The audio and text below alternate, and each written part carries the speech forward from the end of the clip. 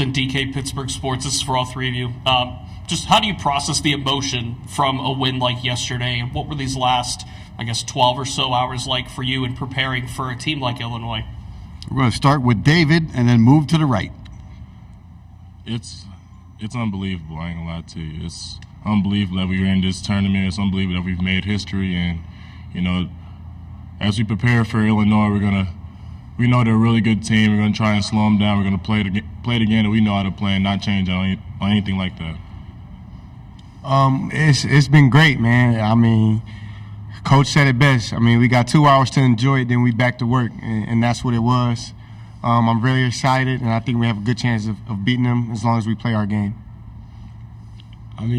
It's March Madness, so every victory is enjoyable. And like Kareem said, after the 2 hour after the game, that's it. We're just getting prepared for the next one. Down the left-hand side, gentlemen. Tim Benz from Duquesne Radio and Trib Live. Kareem, I'll start with you on this one. If either of the forwards want to jump in as well, but start with the backcourt perspective. You just played a team that likes to play in the 80s. They averaged 81 points per game. This team averages 84. How do they like to get there? How is it at all similar? How are they different from what you just played against BYU? I would say the similarities are they want to get it by shooting a lot of threes. The difference between these two teams is that Illinois like to run. They like to get it in transition, and we have prepared ourselves for their transition offense. I think if we can stop them in transition, we'll be in pretty good shape. And keeping the game down in the low 60s, that's what we do. David, you want to comment on that as well? Kareem said it best, got to put our Dukes up in guard, keep them below 60. Right here in the aisle. Matt Stevens, Atlanta, guys. This is for Drame. There was a lot of news about BYU's center, observing Ramadan. You are one of 3 players, including your twin brother, that are doing that and doing the fasting. I'm just curious if you could go through your process throughout this whole month and what it's been like for you to prepare for games while doing that. Ramadan itself is the holiest month in Islam, and fasting is just feel different. It activates this type of energy within yourself. People that are fasting can witness it themselves. It is just a unique energy that you just feel different. Rebecca, go ahead. Rebecca Joswiak, Duquesne Student TV. At the end of the regular season, Day Grant gifted you guys custom Duquesne chains. What does that mean to you guys, and how does that gift reflect on who Day is as a person overall? Fousseyni, you start off with this, or go to Kareem next? It is funny. Like me and my brother was talking about, we've been in 3 different locker rooms, starting with St. Peter University, going to La Salle. What Day did as one of the team leading scorer, he had a success. He didn't forget about his brother. That says a lot about him individually, and that is just unique, something that you will never be able to see at that age. Success came, he only didn't think about himself, he think about everybody, including even the manager, the coaches, everybody in the locker room. Just piggybacking off what he said, it just shows how good of character he is, making sure everybody in the staff and managers, everyone got one. And man, it just shows how bright and big his heart is, because all the attention he's getting, because he is so good, he's still making sure we're a part of that. And I really appreciate him for that. And the whole team does as well. Right here in the center. Hi guys, I'm Steve Greenberg from the Chicago Sun-Times, and I want to ask all of you about Illinois. It's a question about Illinois' offense, but specifically there's been a point in each of the last several Illinois games when they've been down and they've just blitzed the other team and kind of overwhelmed them with a sustained run, and then the game completely changed. So given their streaky nature, I guess, and how good they are when they're good, what makes you think you can stop it? David, start off, please, and we'll go to Kareem next. I'd say we have significant experience in that type of thing.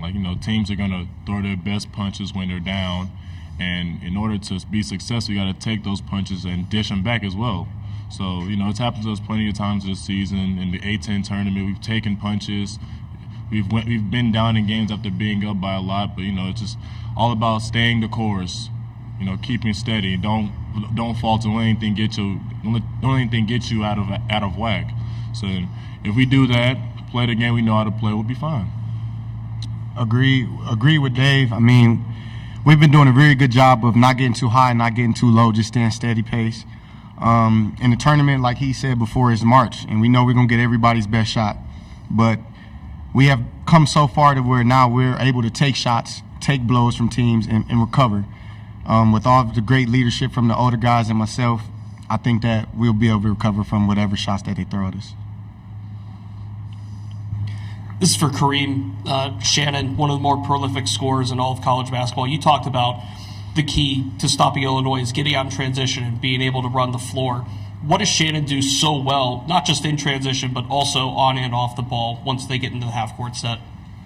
He's a great one-on-one scorer. I mean, he can score at all three levels. But mainly him getting downhill in transition, he's very dangerous.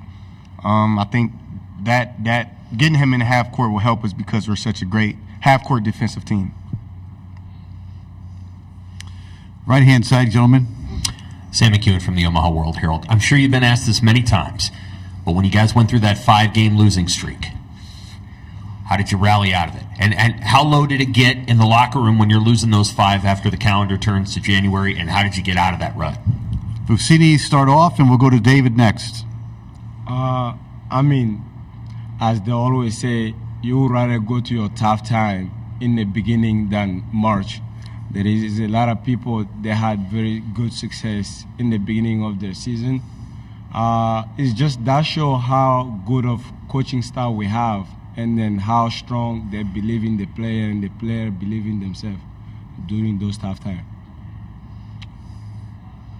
During the 5-game losing streak, me personally, it was very low. It was a very low point for me. I was worried about if we're going to even succeed, even make it far into the tournament. But, piggybacking off of what Fousseyni said, we have a great coaching staff that helped lifted everybody's spirits. We're all really good with each other. We love each other. We're a brotherhood. This whole team's a brotherhood. So, whatever we got going on, the coaches know about it. They're here to support us, and we supported each other. And, thank God we got out of that rut. We started winning games that next time. And, look where it's brought us. We're in the tournament. We are halfway through this session. We have a question here and then one here.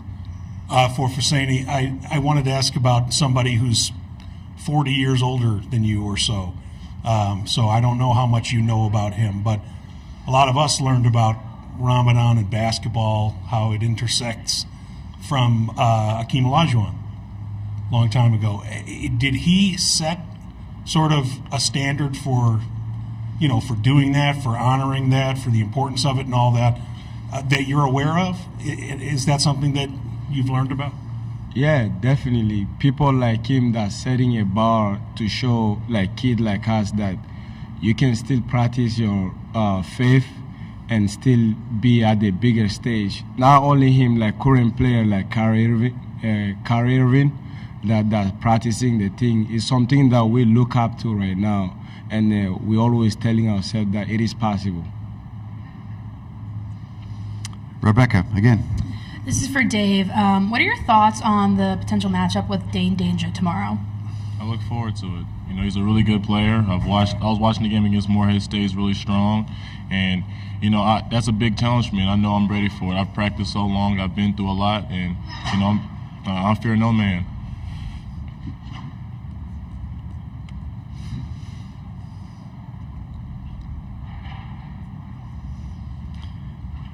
Anything else for the Dukes? Yes, right in the center here. Then we'll go to the aisle. Go.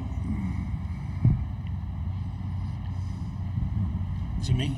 Yep. Well, since we've got you, I want to ask about repping the A-10. We've got an A-10 team in Chicago, Loyola.